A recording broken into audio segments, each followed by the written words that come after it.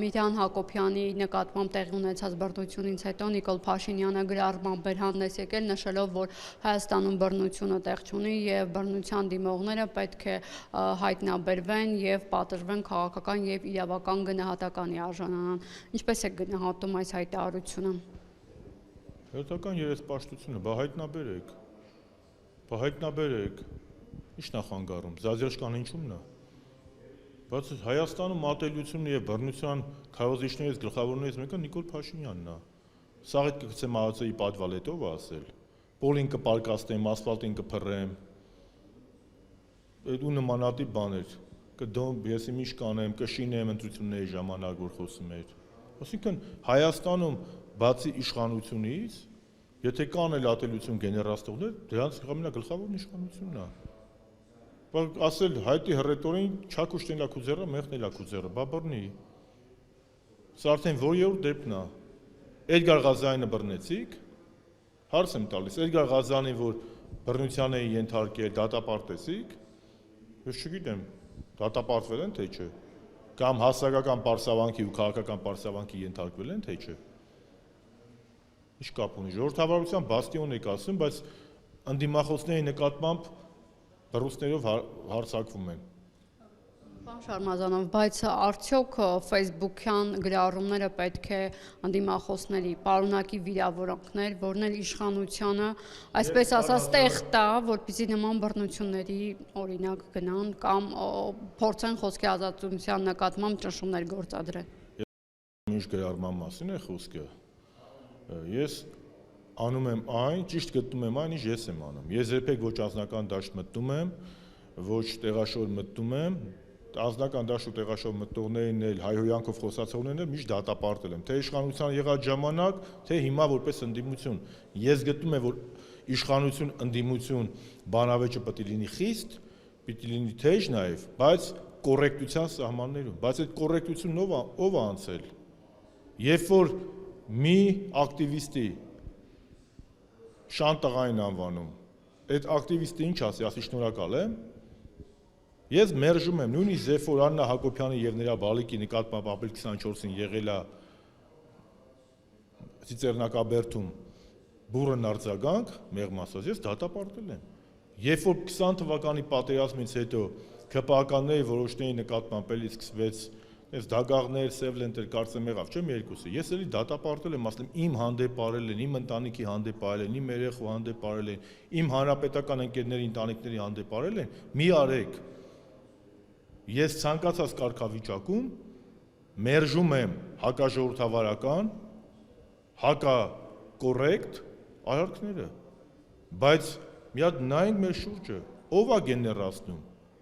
ով էր պարլամենտում ասում ակաժները հետ կկտրեմ, ԿՊԱ-ականները չէին ասում, ով է այլախոհությունը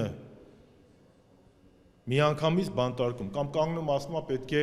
էթիկայի կանոններ մշակենք, այլևս հայհոյանքին չենք պատասխանում։ Նախ հայհոյանքով դու ես եկել, եղբայր, սև լենտերով, դագաղներով, մերժելով, մարկանց անվանարկելով, դու ես եկել, եւ երբ որ 18 թվականին քեզ հարց տվեցին, ասիր, ես ինչ անեմ, որ ձեզ ատում են։ Այն դեպքում, երբ որ ինքը այն ժամանակ ուներ 90%-ից ավելի լեգիտիմություն։ Եթե կանգներ ասել հանրապետական որևէ գործընկերների նկատմամբ, որևէ ատելության խոսք ասելը խստագույնս դատապարտվում է, այդ ասողների 99%-ը ծպտուն չէին անի։ Ես դատապարտում եմ ժողովրդավարական արժեքների նկատմամբ, մարդու իրավունքների նկատմամբ ցանկացած ոտնձգություն։ Լինի դա այս կողմից թե այն կողմից, բայց այդ ամենը գեներացնողը իշխանությունն է եղել ու կա, եւ Միրան Հակոբյանի նկատմամբ կատարվածը դա խուժանություն է։ Եթե Էդուարդ Շարմազանովը, օրինակ, օրենք է խախտել, դրա համար կան իրավական նորմեր։ Օրենքը ինչի համար է։ Օրենք են խախտել, եկեք տարեք դատարանով, դատախազությունով, քննչական մարմիններով որոշեք։ Բայց ոչ թե ամեն մեկը ով ինչ ուզի, բռունցքներով, այսինքն սա Սամասուդի, սա պետությունն է, թե Սամասուդի երկիր է։ Սամասուդա պետությունն է, թե ժողովրդավարապետությունն է։ Պարոն Շարմազանով եւ երկու քաղաքական հարցի անդրադառնանք Սերժ Սարգսյանի օրոք բարձր պաշտոններ զբաղեցրած Արման Թաթոյանը վերջերս ասաց, որ եթե ընդդիմությունը նկատի ունենալով Սերժ Սարգսյանին եւ Ռոբերտ Քոչարյանին եւ նրանց ղեկավարած ուժերը ցանկանում են, որ Փաշինյանը չվերարտադրվի, ապա պետք է ընտրություններին չմասնակցեն։ Ինչպես է սա անցալում եւ արդյոք ՀԿ-ն արդեն ունի որոշում մասնակցելու ընտրությանը, Ռոբերտ Քոչարյանն ասել էր, որ նակատության կմասնակցեն։ Նախ գամ երկրորդ հարցից։ Հանրապետական կուսակցությունը ընտրությունների վերաբերյալ որևէ հարց դեռևս չի քննարկել։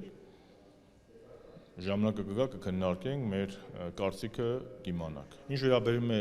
Արման Թաթոյանին, քանի որ դուք ձեր հարցի սկզբնամասում նշեցիք, որ քաղաքական հարց եք տալիս, ես ճանաչում եմ Արման Թաթոյան որպես իրավապաշտպան, որպես ՄԻՊ, բայց նման քաղաքական գործիչ չեմ ճանաչում դեռևս։ Դրա համար չեմ մեկնաբանում։ Ինչ ասելու ասել եմ։ Քաղաքականությունը դա տրոլեյբուս չի, որ որևէ մեկը որևէ մեկին զիջի, քաղաքականությունը դա մրցակցություն է, որը բաց է մասնակցության համար։ Այն անձը, որը ձեր իշխանության ժամանակ բարձր պաշտոն է զբաղեցրել, հիմա նման հայտարարություն է անում, որքանով է ձեզ համար դա ընդունելի կամ ոչ։ Դուք իմ պատասխանից երևի արդեն պետք է ընկալեք իմ համար ընդունելի է, թե չէ, բայց մինչև իմ համար ընդունելի լինելը շատ կարևոր է, թե ով է նման հայտարարություն անում։ Նմանատիպ հայտարարությունները նորություն չեն։ Մինչև ձեր նշած անձը բազմաթիվ այլ գործիչներ են ասել։ Ես էլ ասում եմ, քաղաքականությունը մրցակցություն է, որը բաց է մասնակցության համար։ Հովարային անջատումներով գործիչներին, նախապայմաններ առաջադրող գործիչները իմ համար մեկնաբանության կարիք չունեն։ Իսկ ինչ վերաբերում է ձեր նշած անձին, պարոն Արման Թաթոյանին, ես բարձր եմ գնահատում նրա մասնագիտական որակները, բայց ես դեռևս քաղաքական գործիչ Արման Թաթոյան գործի մեջ չեմ տեսել, չեմ ճանաչում։ Իսկ ես մեկնաբանում եմ քաղաքական գործընթացներն ու քաղաքական գործիչներին։ Եվ որպես քաղաքական գործիչ, որպես քաղաքական թիմի ղեկավար, բացի հարցազրույցներից, ինչ որ մի հատ քաղաքական կապիտալ կստեղծենք, ունենալ այն ժամանակ կմեկնաբանենք։ Հիմա ընտրություններից առաջ, յուրաքանչյուր ընտրությունից առաջ տասնյակ գործիչներ են հայտ ներկայացնում։ Ես հիմա պետք է նստեմ բոլորի մեկնաբանեմ։ Ուղղված էր հենց ձեր քաղաքական ուժին եւ Ռոբերտ Քոչարյանին էլ պետք է անդրադառնամ։ Իր աջակիցների հետ հանդիպանը ասել էր, որ ինքը դեռ այն ժամանակ դեմ էր սահմանադրական փոփոխություններին, քանի որ դեմ էր նաև հենց սուպեր վարչապետության համակարգին, ասելով, որ տեսակ թե ինչ եղավ եւ ըստ էության նույնիսկ այդ վտանգների մասին էր նշել եւ սլաքները, մեղադրանքները կրկին Սերժ Սարգսյանի ուղղությամբ եւ ՀՀԿ-ի ուղղությամբ արել։ Երկրորդ նախագահի կարծիքին շատ լավ ծանոթ ենք, դա նորություն չէ, նույնիսկ մինչև 18 թվականն ասամադրական բարեփոխումների վերաբերյալ իր կարծիքն է ասել, պարոն երկրորդ նախագահ Ռոբերտ Քոչարյանը իր կարծիքն ունի, մենք մեր կարծիքն ունենք, իմ կարծիքը չի փոխվել, եւ ես ասել եմ 18 թվականը դա դասական գունավոր հեղափոխություն էր եւ նաեւ դա հնարավոր եղավ, որովհետեւ այդ գունավոր հեղափոխությանը նպատակային կամ ոչ նպատակային ուղիղ կամ միջնորդավորված ուղղակի կամ անուղղակի մասնակցեցին նաև քաղաքական այն գործիչները, այն շրջանակները, որոնք 10 տարի պայքարում են Սերժ Սարգսյանի իշխանության դեմ։ Քոչարյանի ուժին նկատի ունեք։ Ես անուն չտվեցի։ Ես ասեցի, դուք ինձնից լավ գիտեք, ով ինչ դերակատարում անունեցել 18 թվականին եւ ով ինչ կարծիք անունեց։ Իսկ ինչ վերաբերում է երկրորդ նախագահի սահմանության բարեփոխումների վերաբերյալ կարծիքին, նորմալ է, ես բազմակարծության նորմալ եմ վերաբերում, չկիսելով իր կարծիքը իմ համար նորություն չէր։ Իր կարծիքը։ Մենք գտնում ենք, որ կիսանախագահական կառավարման տարբերակ ամենավատագույնն է։ 3 կառավար։ Իմ կարծիքով լավագույնը նախագահականն է, մեկ էլ պարլամենտականը, եթե գործի, ոչ թե sense բան լինի, էլի, այսինքն կիսանախագահական կառավարման համակարգում կար լուրջ հակասություն։ Ասենք նախագահ ընտրվում էր, ասենք հանրապետական, որը ՕԴԿԲ եւ Եվրասիական տնտեսական միության անդամ է, եւ վարչապետ խորհրդարանական ընտրություններում հաղթում է, ասենք մի ուժ արևմտամետ ուժ, որը դեմ է Եվրասիական եւ ՕԴԿԲ-ին։ Ինչ անելու այդ պետությունը, վաղը պատերազմ եղավ։ Ինչ անելու։ Հետևաբար երկու ուղիղ մանդատ կար, եւ խնդիր կար պարլամենտականին անցնելու, որպեսզի այդ մանդատը իրավունքներն ու պարտականությունները միտեղ տեղավորվեն, միտեղ լինեն։ Դա կլինի քաղաքական մեծամասնությունը կամ քաղաքական կոալիցիան եւ վարչապետը։ Իսկ կիսանախագահականի ժամանակ հակասություններ կար։ Մենք այդ հակասությունները չէինք տեսնում, որովհետև կիսանախագահականի անցումից հետո եւ պարլամենտում էր քաղաքական մեծամասնությունը եւ նախագահն էր ընտրվում Էլյանցը, որը ուներ քաղաքական մեծամասնության վստահությունը։ Դա եւ Քոչարյանի պարագայում էր 2005-ից հետո եւ Սերժ Սարգսյանի պարագայում։ Բայց տեսականորեն կարող էր, չէ՞, մի օր նման բան լիներ, երբ որ նախագահ ընտրվում, օրինակ դաշնակցական կամ հանրապետական, որը այլ, օրինակ ցեղասպանության միջազգային ճանաչման գործընթացի ջատագով է, եւ ընտրվում է քաղաքական մեծամասնություն պարլամենտական ընտրություններում, որը լրիվ այլ քաղաքականության կրող է, այդտեղ հակասություններ առաջանում, իսկ այդ հակասությունը պետության անվտանգության վրա լուրջ ազդեցություն կարող է ունենալ։ Իմի բերելով խոսքս ասում եմ, որ իմ կարծիքով կիսանախագահականը